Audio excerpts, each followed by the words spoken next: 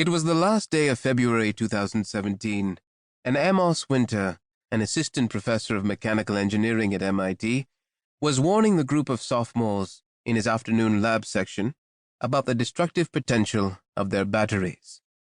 Though supposedly safe, in the unlikely event of a sudden discharge, each of the lithium polymer batteries scattered on the conference table possessed enough energy to maim, even kill. How much energy exactly? Go ahead, slam it into a calculator, he said. After approximately 10 seconds, anyone who had worked it out was keeping the answer to herself, so Winter bounded over to a whiteboard. You know the capacity of the battery, he explained, which came labeled in units of milliampere hours.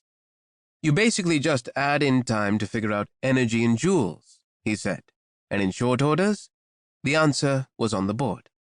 13,320 joules.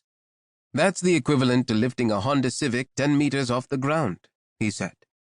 Imagine a Honda Civic falling on your hand. That's the kind of damage an exploding lithium polymer battery could inflict. If the casing on such a battery begins to bubble, he said, chuck it in one of the lab's many sand buckets and run in the opposite direction.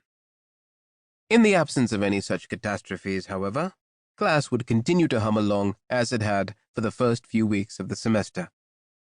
In addition to the batteries, sitting on the table in front of each student was a simple robot, 2 wheels, and a skid designed to drag along the ground, which would serve as a sort of training vehicle in anticipation of the more complex robots the class would build later in the semester. On these practice bots, which Winter dubbed mini-me's, the students would learn mechanical engineering principles ranging from simple to complex. They would start by learning to code a microcontroller, that is, a very small computer, to run an electric motor. Later, they would instill in their mini-me's the capacity to navigate the world autonomously like rudimentary self-driving cars. Along the way, they would learn not just robotics knowledge and skills, but how to think like designers and engineers. They would come to understand how to approach a task creatively, to spot issues before they became serious problems, and, perhaps most important, to gain a level of trust in their own ability to guide a project from early phase, when there are innumerable paths to a desired solution, to late, when there's only one best way forward.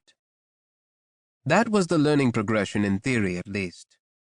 In practice, some of Course 2007 students were coming to it with more engineering experience than others.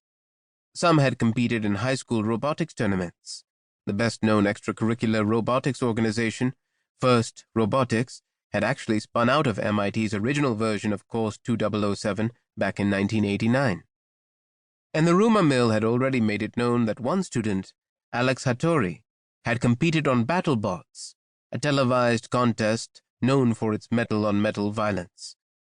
He and his teammates had sent a buzzsaw-wielding robot the size of a manhole cover into a gladiatorial arena to wage war on opponents with names like Sawblaze and Overhaul. To the other 164 students who lacked such head starts, these advantages were cause for real concern. In MIT's charged academic atmosphere, stress among students is a perennial issue, and unnecessary competition, usually over grades, does not help. Most of the time, the Institute works hard to dampen this instinct, for instance, by abolishing grades in the first semester of freshman year. But Course 2007 is different. Competition is baked into it at a deep level, and is the reason why it is arguably MIT's most famous undergraduate offering.